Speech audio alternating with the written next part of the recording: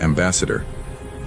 Chen Wei stood before the Council of Nine with her hands clasped behind her back, her expression carefully neutral as High Arbiter. Vorath Kun delivered humanity's sentence. The Terran Collective will accept the following limitations. The towering crystalline being announced, his voice resonating through the amphitheater, like struck glass.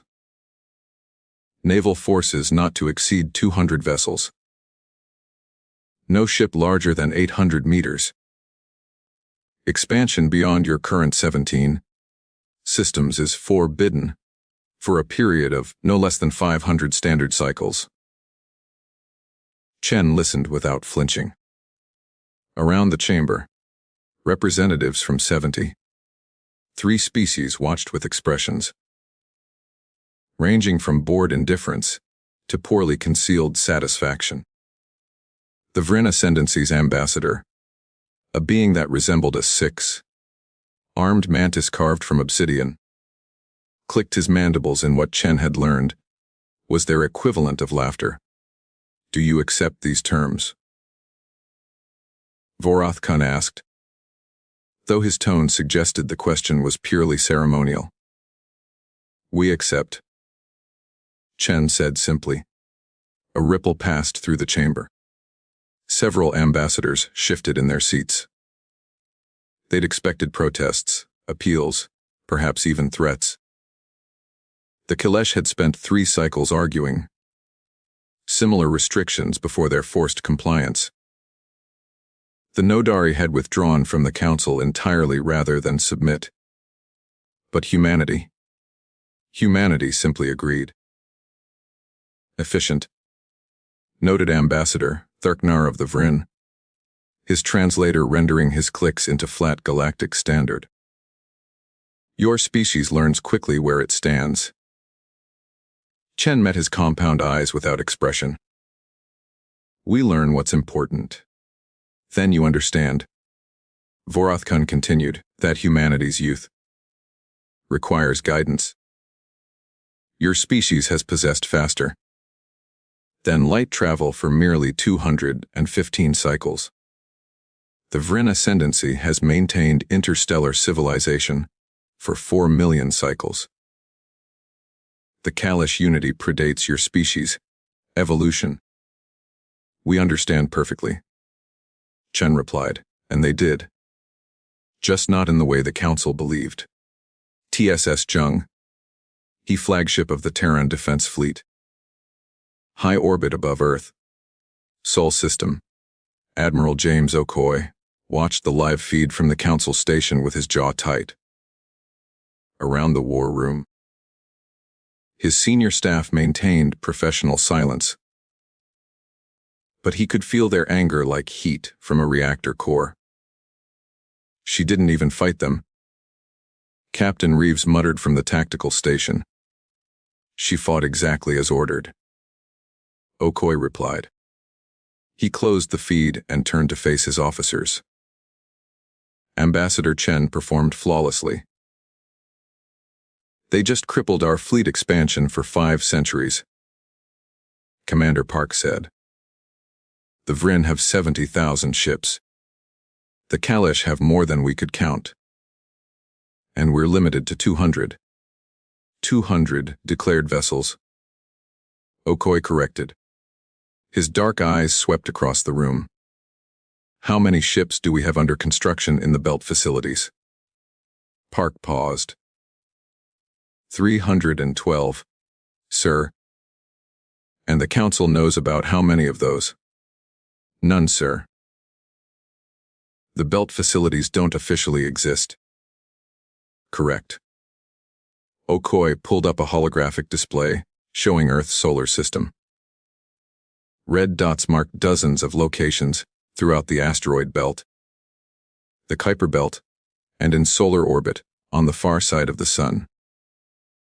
We have 47 construction yards that aren't on any registry. We have research stations conducting weapons development that the Council doesn't know exist. We have supply caches, automated defense platforms, and manufacturing capacity that we've never reported. He zoomed the display out, showing humanity's 17 authorized systems. Each one glittered with similar red markers. When the first human ship encountered the Kalash 60 years ago, what did we find in their database? Okoye asked. Lieutenant Chen, no relation to the ambassador, answered immediately. She'd written her doctoral thesis on the Kalash encounter. Archaeological evidence of 11 extinct civilizations in a 3-light-year radius, all within the last 4 million years, most showing signs of sudden collapse. Sudden, unexplained, catastrophic, Okoye nodded. And when we asked the Kalash about it, they said the galaxy was dangerous and mysterious, that lesser species often destroyed themselves, that survival required wisdom and proper guidance. Chen's voice dripped, with barely suppressed contempt on that last word. And when we brought our concerns to the council, they dismissed us as young, paranoid, and ignorant of galactic history. Okoye smiled, but there was no humor in it. So we stopped asking questions. We accepted their restrictions. We played the role of the compliant junior species. He tapped the display, and the red dots multiplied, spreading across the map like a spreading infection. And we prepared. Commander Park leaned forward. You really think something's coming? I think 11 dead civilizations in our galactic neighborhood aren't a coincidence. Okoye replied. I think the Council's ancient species have survived this long by being cautious, traditional, and slow to change. I think they've mistaken survival for wisdom. He closed the display. And I think that, when whatever killed those civilizations comes back, we're going to be ready. And if it never comes, Reeves asked, then humanity will have a secret fleet capable of defending 17 systems against any threat in the galaxy, Okoye said. I can live with that. Personal quarters. Ambassador Chen, Galactic Council Station. Chen removed her formal jacket and poured herself a glass of water from the recycler. Her hands were steady, but she allowed herself the small luxury of sitting down heavily in the apartment's single chair. Her personal communicator chimed. Secure channel. Earth encryption. Ambassador. Admiral Okoye's voice came through clear despite the 15 light years between them. You did well. I surrendered to every demand they made. You gave them exactly what we needed them to believe. She could hear the smile in his voice. Varath Kun thinks humans are wise enough to know our place. Deknar thinks we're weak and easily controlled. The Kalash ambassador probably thinks we're beneath notice entirely. And what do we want them to think? Exactly that. Okoye paused. Chen, you've been at the council for 3 years now. What's your read on these ancient civilizations? She considered carefully. They're ossified. The Vrin have had the same governmental structure for 4 million years. The Kalash haven't fought a major war in 2 million. The Council itself hasn't changed its fundamental laws in longer than most species have existed. She took a sip of water. They're survivors, Admiral, but not innovators. And survivors are careful, paranoid even. They see threats everywhere, which is why they immediately move to control any species that shows rapid advancement. Like us. Like us. Chen agreed. We went from first fission reactor to FTL capability in 400 years. The Vrinnen took 600,000. To them, we're dangerously unstable, but predictable now that we've been properly contained. Exactly. Chen set down her glass. They'll stop watching us so closely. They'll focus on the next emerging species, the next potential threat. We'll fade into the background noise of galactic civilization. Perfect. Okoye's tone shifted, becoming more serious. Did you get a chance to access the Council's historical archives? Chen felt her pulse quicken. Limited access, yes. Junior species can only view the last 10 million years of recorded history. And the archaeological evidence we found in the Kalish database wasn't unique. She pulled up her personal terminal, scrolling through encrypted notes. There are gaps in the Council's own records. Periods of tens of thousands of years where multiple civilizations simply vanish. The official explanations are always the same: resource wars, plague, technological singularities gone wrong. But you don't believe that. I believe something cycles through this region of space, Admiral. Something that destroys civilizations advanced enough to be noticed. And I believe it's happened before. Multiple times. On a regular enough interval that it should terrify anyone paying attention. How regular? Chen pulled up a timeline she'd constructed from fragments of data. Approximately every 400,000 years, give or take 50,000. The last event ended 387,000 years ago. Silence on the line. When Okoye spoke again, his voice was quiet. Then we don't have much time. No, sir. We don't. The Council. Willfully blind. They've survived by being cautious and hiding when necessary. I don't think they even consciously recognize the pattern anymore. It's just become part of their cultural DNA. Never advance too quickly. Never draw attention, never stand out.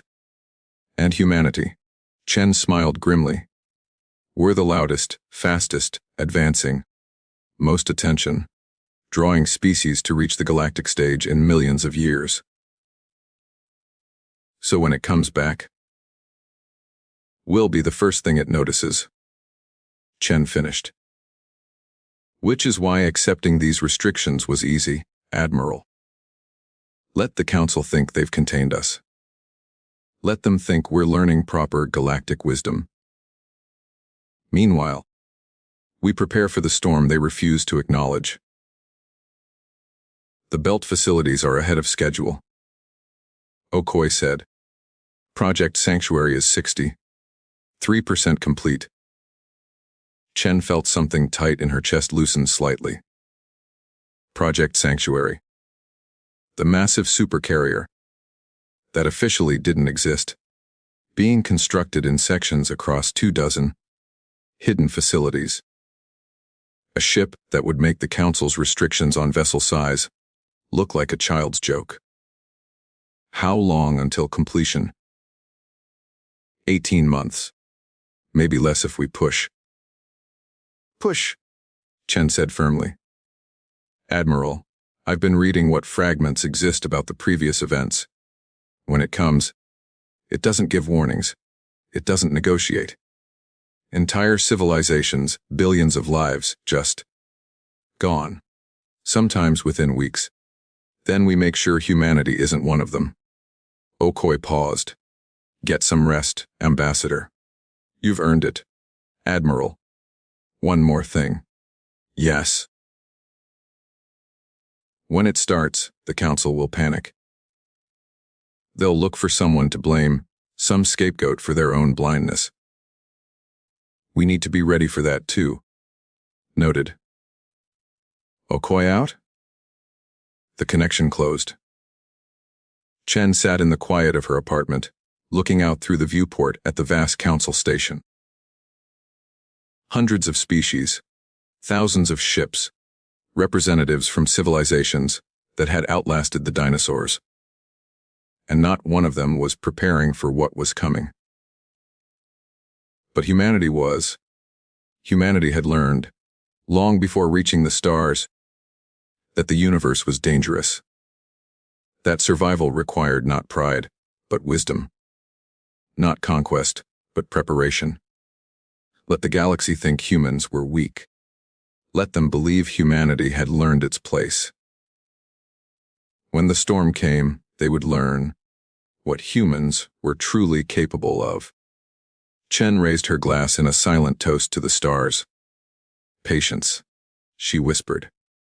The distress signal arrived at 0347 station time.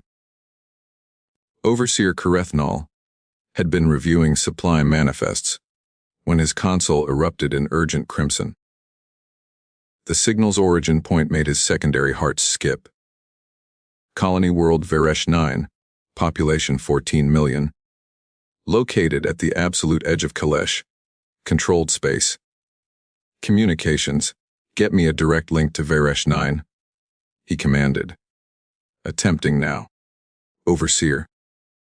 The comm officer's fingers danced across her station. Signal is. Overseer, I'm reading massive interference. Electromagnetic spectrum across all bands is completely saturated. Natural phenomenon? Negative. The pattern is. I've never seen anything like this. Karethnal pulled up the sensor feed. Varesh 9 was 17 light years away, which meant he was seeing events that had occurred 17 years in the past. But the Kalesh had installed a network of FTL comm relays throughout their territory, specifically to avoid this limitation. The relays should have been providing real-time data. Should have been. Why aren't the comm relays responding? Unknown, Overseer. The last relay station, Relay 447, went dark 4 minutes ago. 4 minutes ago. And Relay 447 was 3 light years closer than Varesh 9. Show me Relay 447's last transmission. The view screen flickered to life. A Kalesh communications officer appeared. His carapace plates flared in obvious distress. Seeing energy readings that don't make sense. The entire system is experiencing gravitational anomalies. Ships are reporting instrument failure. We're evacuating the station too. The feed cut to static. Not gradually. Not with the usual signs of technical failure. It simply ended. As if someone had severed the connection with a knife. Overseer. The sensor officer said, her voice tight. I'm detecting spatial distortions near Varesh 9's coordinates. The distortions are growing. Growing how fast? Exponentially. Sir, whatever this is, it's expanding toward us at approximately 0.3 light speed. Karethnal felt cold certainty settle into his bones. The old stories. The whispered warnings that every Kalesh child learned, but no adult truly believed. The void that hungers. Send an urgent priority message to the Unity Collective. Code Epsilon Black. Then get me the Council. His console screamed a warning. On the main viewer, the star system containing Varesh 9 simply ceased to exist. Where 14 million lives had orbited a yellow sun, there was now something else. Something that made his eyes hurt to look at. A darkness that wasn't darkness. An absence that somehow felt present. And it was getting closer. All stations to emergency alert. Karethnal ordered. His voice steady despite the terror crawling up his spine. Begin immediate evacuation protocols. Communications. Broadcast to all nearby systems. Total evacuation order. Fall back to defensive line Omega, 7. Overseer, that's 40 systems. The collective will want confirmation before authorizing. DOAT?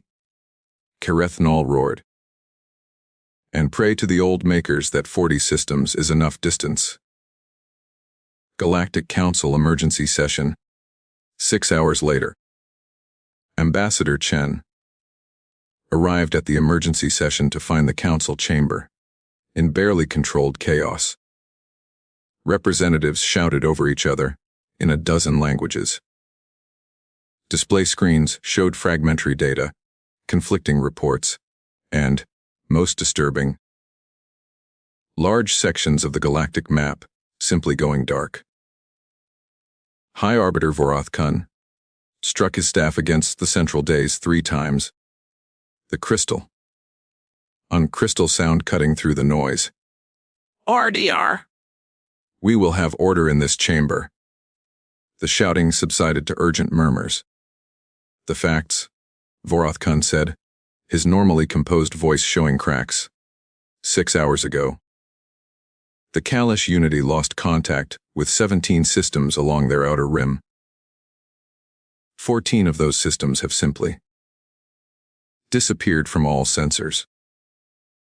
The remaining 3 are experiencing catastrophic spatial distortions and are expected to be lost within hours. Disappeared. Ambassador Thuknar of the Vrin demanded. That's not scientifically possible. Stars don't simply vanish. And yet they have. Vorath Kun replied. The Kalesh have evacuated 47 additional systems as a precautionary measure. They are requesting immediate council support. A representative from the Nodari, a species that resembled a floating colony of bioluminescent jellyfish, pulsed with agitated colors. What could cause this? A weapon? A natural phenomenon? Unknown, Vorath Kun admitted. And Chen could hear the fear beneath his words. The Kalesh are sharing all available data, but it's incomplete. Ships that approach the affected zones cease transmitting. Probes are destroyed. We have no information about what's actually happening in those systems. We've seen this before. The voice came from the back of the chamber. An elderly ambassador from the Yethrin Concordat, a species that had been part of the council for 6 million years. Her name was Elder Sithara, and she rarely spoke. When she did, people listened. The chamber fell silent. Approximately 400,000 cycles ago. Sithara continued, her voice like wind through ancient stone. The records are fragmentary, but they exist. Entire regions of space went dark. Thousands of systems. Hundreds of civilizations. For 3 cycles, the galaxy burned. Then it stopped, as suddenly as it began.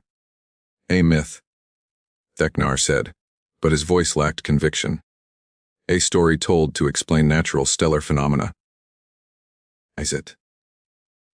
Sithara's eyes, all 6 of them, fixed on the Vrin ambassador. Your own species lost 40% of its territory during that period. The official records call it the Great Consolidation. But the older records, the ones kept in your sacred archives, call it something else. What?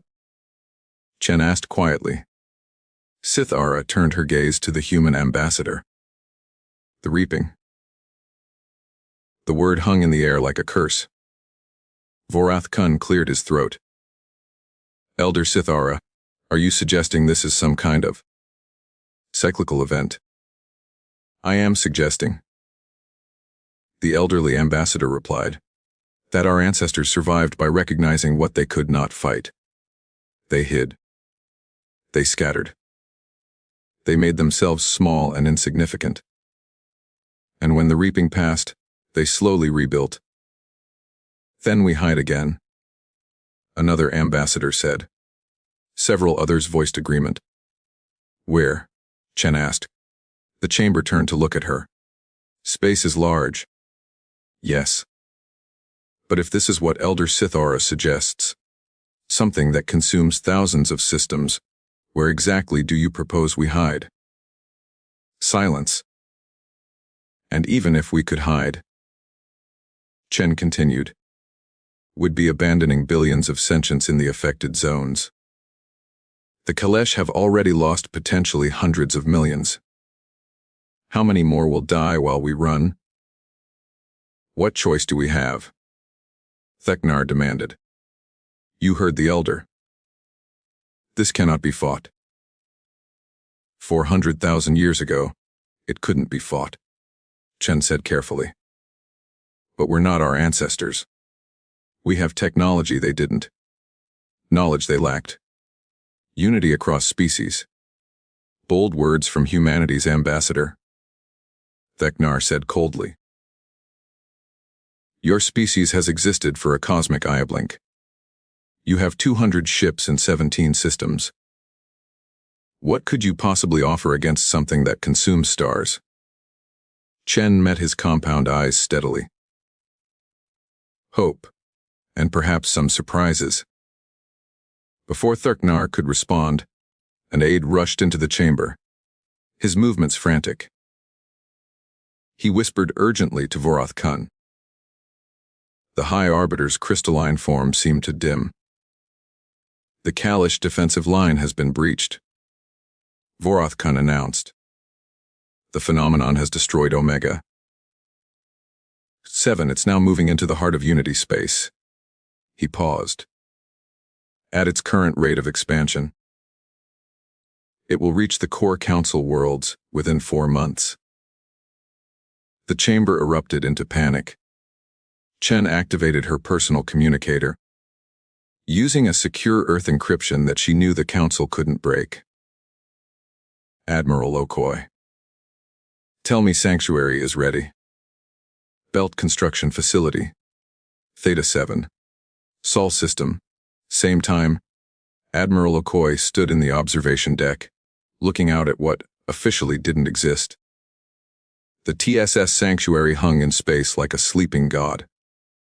She was 12 kilometers long, 3 kilometers wide, and bristled with technology that would make the Council's best scientists weep. Her hull was composed of metamaterials that could shrug off weapons that would vaporize conventional ships. Her power systems could output more energy than some stars. Her hangars could house 1,000 fighters. Her crew complement was 50,000. And she was humanity's greatest secret. Final systems check. Okoye asked without turning. Captain Sarah Reeves consulted her datapad. Main drives, operational. Weapons arrays operational. Shield generators operational. Life support operational. Sir, she's ready. We could launch within 12 hours.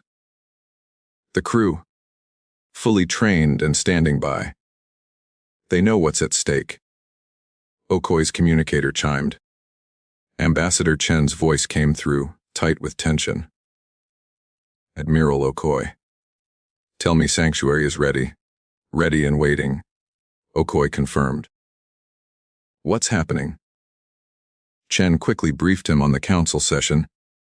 The lost Kalish systems. The growing threat. When she finished, Okoye was quiet for a long moment. 4 months. He finally said, That's faster than we projected.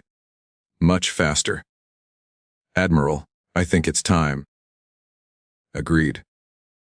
But Chen, once we reveal Sanctuary, we reveal everything. The Council will know we've been hiding our true capabilities. They'll consider it a betrayal of the treaties. Better they're angry at us than dead. Chen replied. Besides, when they see what we've built, I don't think betrayal will be their first concern. Okoye smiled grimly. No, I suppose it won't. He turned to Reeves. Captain. Begin launch preparations. Full crew activation. I want Sanctuary spaceworthy in 8 hours. Sir, you said 12. That was before I knew we had 4 months instead of 4 years. 8 hours, Captain. Reeves saluted. Yes, sir. 8 hours. As she hurried away, barking orders into her comm. Okoye looked back out at Sanctuary. Around her, the belt facility buzzed with sudden activity. Ships that had pretended to be mining vessels suddenly showed their true nature as military escorts. Research stations, activated weapon systems. Supply caches opened, revealing stockpiles of ammunition and spare parts. Humanity had been preparing for this day since first learning the galaxy's dark secret. Now that day had arrived. Admiral. Chen's voice came through again. What should I tell the Council? Okoye thought about the proud, ancient civilizations that had dismissed humanity as irrelevant. The species that had survived by hiding, by being cautious, by making themselves small. Humanity had chosen a different path. Tell them, Okoye said quietly, that the cavalry is coming, whether they want it or not. Kaalish Unity Capital World. Karith Prime. 3 weeks later, the Kaalish Unity had lost 63 systems. 63 systems. 400 billion lives. Gone. Overseer Karethnal, now Fleet Commander Karethnal. Promoted in the desperate. Reorganization as the Unity. Threw everything it had at the approaching threat. Stood in the command center, watching his civilization die in slow motion. The thing. They'd stopped trying to name it, stopped trying to understand it, moved through space like a cancer. Where it passed, stars went dark. Planets simply ceased to exist. Ships that engaged it were destroyed, so completely that not even debris remained. The Unity had thrown its full military might at the phenomenon. 3,000 warships, each one a marvel of technology, refined over millions of years. The fleet had lasted 17 minutes. Commander, we have an incoming transmission from the Galactic Council. His communications officer said. High priority. Sir, it's from the human delegation. Karethnal's mandibles clicked in confusion. The humans. What could they possibly put it through? The view screen shifted to show Ambassador Chen. Behind her, Karethnal could see what appeared to be a ship's bridge, though not one he recognized. Commander Karethnal, Chen said. I know you don't know me personally, but I've been authorized to make you an offer. An offer? Karethnal felt bitter laughter rise in his throat. Ambassador, unless humanity has discovered how to fight something that consumes stars, I cannot imagine what you could offer. Chen smiled. It wasn't a pleasant expression. Commander, how would you like to see something impossible? Before Karethnal could respond, Chen stepped aside, revealing the bridge behind her. And through the forward viewport, Karethnal saw it. A ship. Not like the elegant vessels of the Kalesh, or the ancient mighty dreadnoughts of the Vryn. This was something else entirely. A fortress that moved. A city in space. A declaration that humanity had never been what they pretended. Commander Karethnal, Chen said softly, allow me to introduce the TSS Sanctuary and allow humanity to show you what we've been building.